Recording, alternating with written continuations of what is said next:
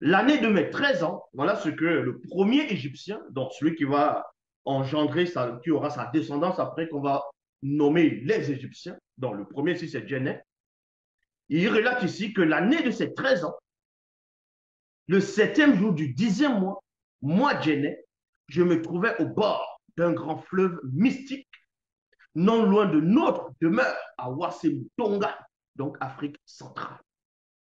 Je comprends. Donc, quand on parle de l'Égypte, d'autres diront que on va le positionner en Afrique du Nord, d'autres c'est Afrique de l'Est pour certains. Mais le tout premier Djenné, donc le premier Égyptien, c'était pas en Afrique du Nord. Où il résidait, sa demeure, y compris sa parenté, c'est en Afrique centrale. Mais quand on dit Afrique centrale, il n'y avait pas encore les pays dont vous pouvez imaginer de l'Afrique centrale. C'était cette terre-là, cet endroit qu'on nommait Ouassemoutonga. Et plus tard, quand on va traduire, ça va donner Afrique centrale. Soudain, mes yeux de mon moi intérieur, donc esprit s'ouvrirent, et je vis apparaître une puissante entité de la branche des entités gardiennes, de la science cosmique, que plus tard, des milliers d'années après, ils vont traduire, ça va donner des Pléiades. Donc, on va voir dans la mythologie grecque, eux, les Grecs vont prendre plus tard, ils vont dire que sont les Pléiades. Mais ici, ce sont les entités gardiennes de la conscience cosmique, du grand ordre des choses, debout sur le grand fleuve mystique. Donc, Djenné, ici, l'année de ses 13 ans, les yeux de son esprit, de son moi divin, de son moi transcendant, se sont ouverts. Il était au bord d'un grand fleuve mystique. Il a vu une entité hybride. C'est une entité avec un E majuscule, une entité gardienne, plutôt une entité gardienne de la conscience cosmique, du grand ordre des choses debout, près, debout sur le grand fleuve mystique. Donc, il va donner la description maintenant de cette entité. L'aspect de cette entité ressemblait à des charbons de feu ardents. Charbon de feu ardent, donc en gros, on traduit le mot feu ardent, c'est une traduction, on va dire en français, mais c'est dans la langue originelle qui veut dire mawindi, mawea. C'était comme l'aspect des flambeaux. Et le feu, avec un F majuscule, parce que ce feu-là aussi, c'est une entité, circulait autour d'elle. Elle diffusait, entre parenthèses, jetait une lumière éclatante et il en sortait des éclairs. Son visage brillait comme l'éclair. Ses yeux ressemblaient à des flammes ardentes. Ses bras et ses jambes brillaient comme un métal poli. Donc, on vous raconte déjà cette histoire hein, longtemps avant qu'il y ait la grande dérive des fragments du continent. L'histoire de Djenné s'est déroulée ici, dans le premier Égyptien. L'Europe n'existait pas. L'Amérique n'existait pas. Ce qu'on appelle l'Océanie ou l'Asie, tout ça n'existait pas. Mais il y avait déjà la vie à Ouassé. Il y avait déjà l'écriture à Ouassé. Il y avait déjà la haute spiritualité, car la spiritualité est une question de race. Et à cette époque de Djenné, vous pouvez voir ça dans le livre mystérieux, si le bas le permet, on entrera en profondeur. Ce qu'on appelle les autres races, blancs et sans mêlés, de cette époque, ils étaient différents. Ils avaient une apparence, d'autres apparences que les chercheurs vont nommer, vont appeler peut-être Australopithèque, Homo habilis, Homo erectus, ainsi de suite. Bon,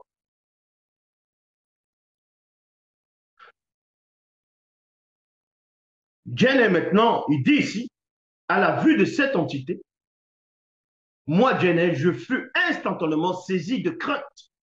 L'entité des instants et l'entité de la crainte fut là. Donc, quand Jen, à l'âge de 13 ans, il a vu cette formidable entité par les yeux de son moi transcendant, il fut instantanément saisi de crainte.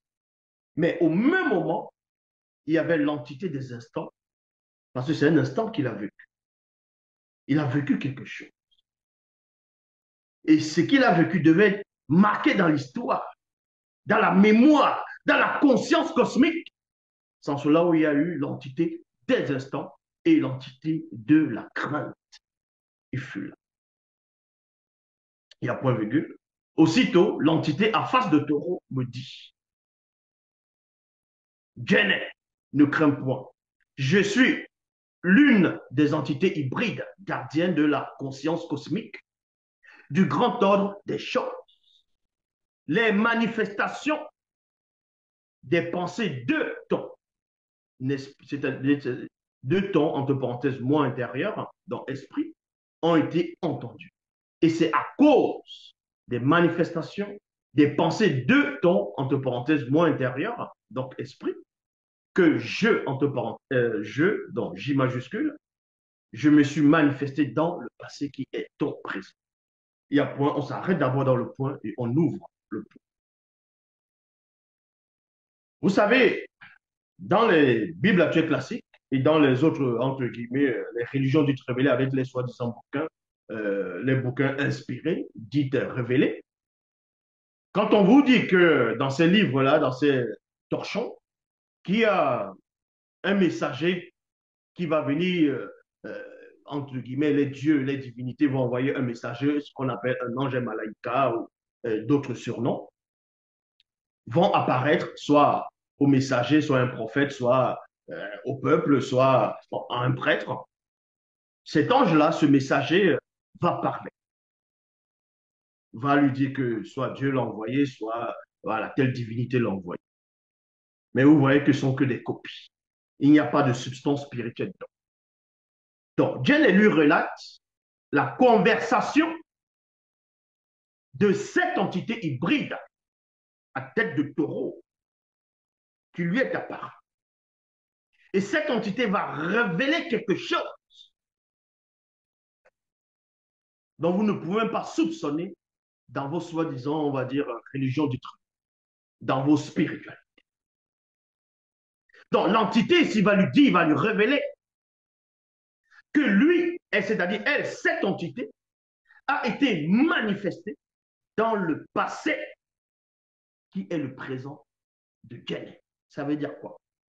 Cette entité révèle ici que elle ne dépend pas du temps visible ni du temps terrestre. Elle est hors du temps et de l'espace, hors du continuum espace-temps. Ça veut dire que cette histoire s'est déroulée, si on veut compter maintenant avec les dates qu'on donne actuellement, ça revient à dire des milliards d'années. Je dis bien avec les dates que les gens vont donner. Ça revient à dire des millions d'années, des millions et même le milliard d'années. Mais cette entité va venir du grand temps des choses, parce que le grand temps des choses est hors du temps et de l'espace.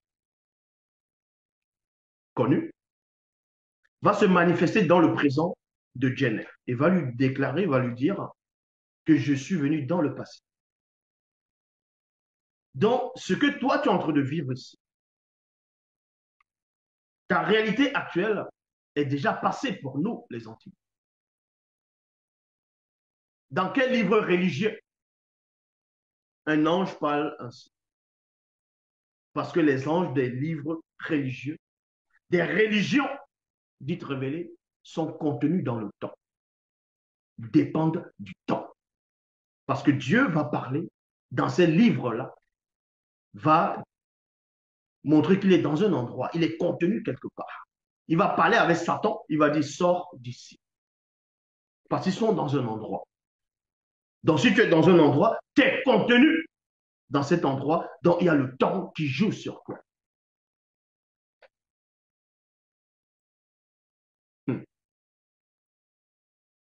Et c'est là que vous comprenez que cette entité n'est pas seule. Il y a plusieurs entités, des myriades et des myriades et des myriades d'entités.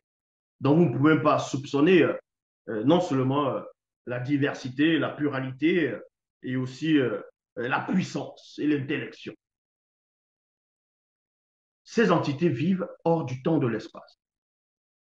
Les religions ont juste pris l'histoire des entités, ils ont transformé, ils ont dit, bon, d'autres, en fonction des époques, ils diront que ce sont des Elohim, ce sont des Anunnaki, ce sont les anges, les malaïkas, ceux de suite, les extraterrestres, les aliens.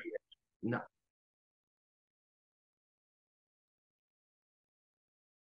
Donc, avant même que l'univers ne soit manifesté, avant que les multivers ne soient créés, ces entités sont déjà là. Ils sont compris. Parce que les scientifiques vont vous dire que l'univers, selon eux, date il y a de cela 13 à 15 milliards d'années. Et je dis ça, c'est faux.